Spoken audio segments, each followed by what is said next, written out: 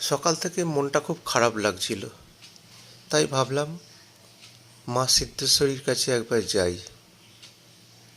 Office যাওয়ার পথেই পড়ল সিদ্ধেশ্বরী মন্দির, কালনা সিদ্ধেশ্বরী মন্দির। চলে গেলাম মায়ের কাছে।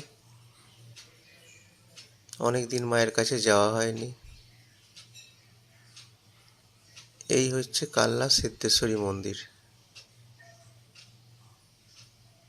এই হচ্ছে মা সিদ্ধেশ্বরী। দেখুন মাকে।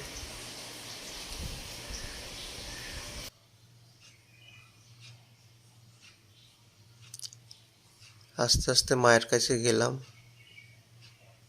মাকে মনের কথা জানালাম। মাকে বললাম, মা, মনটাকে শান্ত করে দাও, চঞ্চল মনটাকে শান্ত করে দাও। মাকে